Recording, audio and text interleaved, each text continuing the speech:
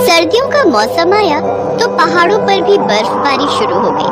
पूरा कैलाश पर्वत भी बर्फ से ढका हुआ था।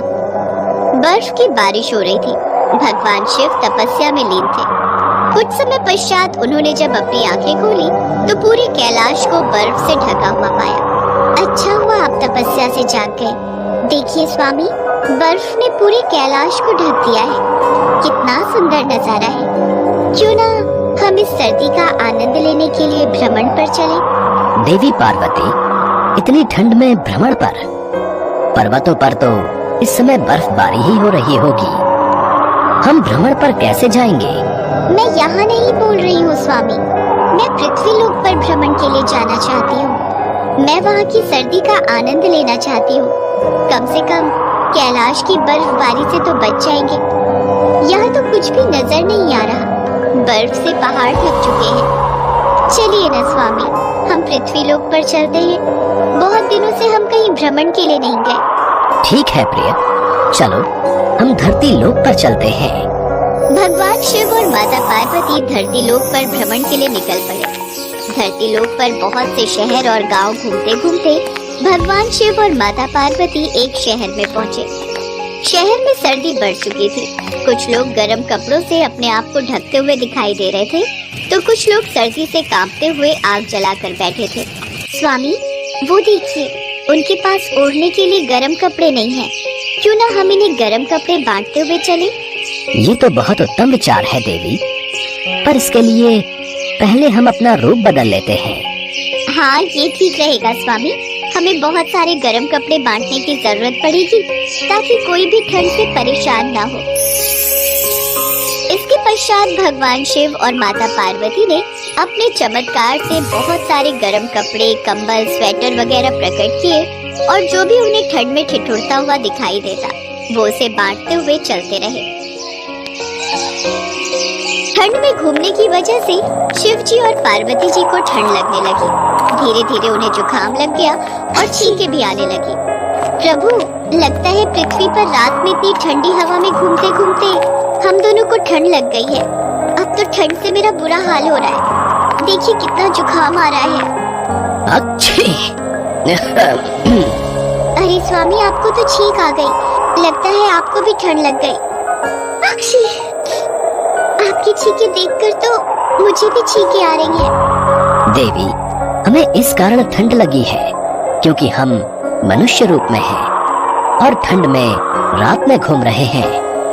और कहो, घूमने के लिए तुम्हें बड़ा शौक था कि चलिए स्वामी, ठंड में पृथ्वी लोक का भ्रमण करते हैं।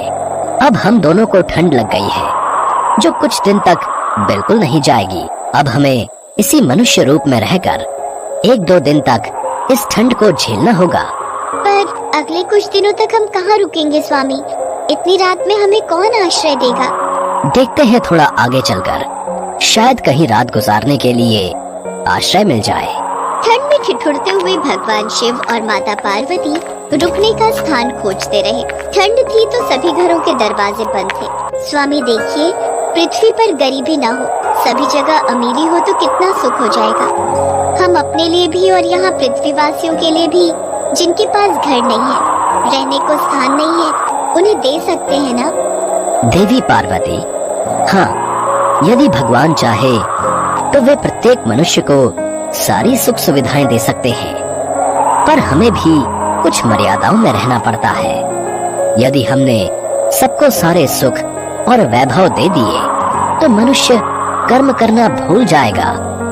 वो मेहनत की रोटी खाने से परहेज करेगा क्योंकि उसे बैठे बैठे ही सब कुछ मिलेगा, तो वो श्रम क्यों करेगा? इसीलिए पृथ्वी के इस कर्म के चक्र से तो प्रत्येक मनुष्य को गुजरना ही है। यदि पृथ्वी पर जन्म लिया है तो मनुष्य को कर्म करने ही पड़ेंगे। मेहनत करके मेहनत की रोटी कमानी ही पड़ेगी, अन्यथा वे अपना संपूर्ण जीवन गरीबी में ही गुजार देंगे। आप ठीक कह रहे हैं स्वामी। मेहनत से पैसे कमाकर मनुष्य अपने जीवन को सभी सुख सुविधाओं से परिपूर्ण कर सकता है। वह देखिए स्वामी, सामने किसी घर के बाहर आग जलती हुई दिखाई दे रही है। चलते हैं, वहाँ पूछते हैं, शायद हमें रुकने का स्थान मिल जाए। ठीक है, चलकर पता करते हैं। भगवान शिव और माता पार्वती उस घर के पास जाते हैं जहां आग जल रही थी।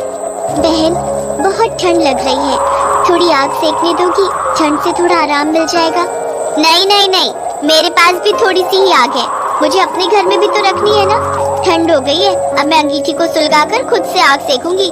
मैं तुम दोनों को क्यों दूं? चलो जाओ यहाँ से, बड़े आए आग सेकने वाले। बहन, यहाँ आ जाओ, मैंने थोड़ी आग जला कर रखी है, तुम्हें थोड़ा आराम मिलेगा। एक काम करो, वो सामने औरत ने आग जलाई हुई है ना, वहाँ जाओ। हाँ हाँ, वहीं जाओ, वो बुला रही है, वो देखो, वो मेरी देवरानी है, जानकी नाम है उसका। उसे ज्यादा दयालु बनने की पड़ी रहती है, खुद के घर में खाने का नहीं होता है और लोगों की सेवा करती फिरती है। पर मैं उसके जैसी नहीं हूँ, मैं दूसरों पर ऐसे ही नहीं लुटाती रहती। उसे धर्मात्मा बनने का बड़ा शौक है, जब देखो गरीबों की, बेसहारा लोगों की मदद करती रहती है। उस औरत की बात सुनकर भगवान शिव और माता पार्वती मुस्कुरा दिए और वो उस औरत के पास गए। आ जाओ आ जाओ।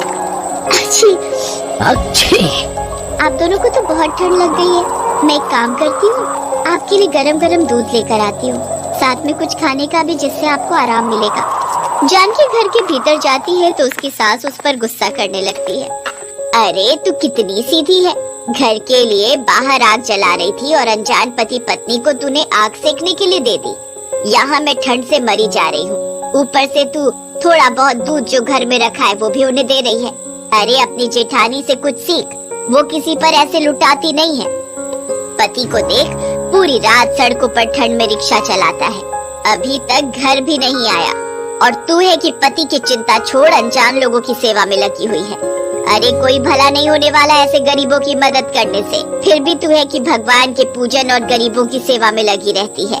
अरे मैं इतनी देर से बोले जा रही हूँ, तुझे कुछ सुनाई दे रहा है या फिर जानबूझकर तू मेरे शब्दों को अनदेखा कर रही है? जानकी कुछ नहीं बोली, उसने चुपचाप थोड़ा सा जो दूध रखा था वो गर्म किया और साथ में थोड़ा आटा भूनकर चीनी मिलाकर उसने चूरमा बनाया और लेकर बाहर चली गई। जानकी ये नहीं जानती थी कि भगवान शिव और माता पार्वती सारी बातें सुन चुके हैं।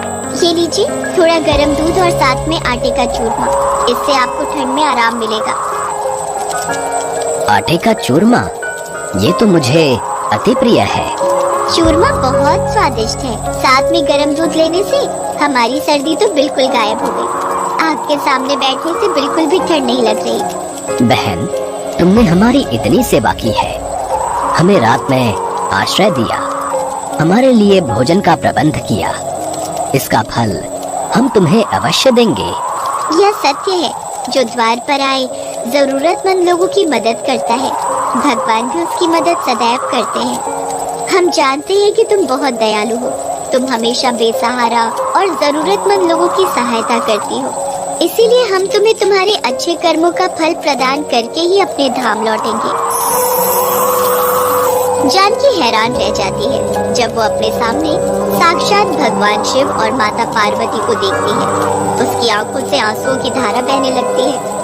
आपके दर्शन करके मैं धन्य हो गई प्रभु, आप दोनों मुझ गरीब के घर आए, मेरा तो जीवन सफल हो गया। आपकी जय हो प्रभु, आपकी जय हो। भगवान शिव और माता पार्वती जानकी को आशीर्वाद देकर अंदर ध्यान हो जाते हैं। जानकी जैसे ही घर के अंदर जाती है, वो देखती है कि उसके घर में धन के भंडार भर गए हैं। हर तरह की सुख सुविधा, कपड़े, खाने, सब कुछ घर में भर गया है। उसे उसकी नेकी का फल मिल जाता है। जानकी की सास भी अपनी बहू से माफी मांगती है। बहू, मैंने हमेशा तुम्हें गलत समझा, पर तुम तो बहुत अच्छी हो। आज भगवान ने तुम्हारे घर को धन भंडार से भर दिया। जीती रहो बहू, जीती रहो। जानकी की गरीबी दूर हो गई।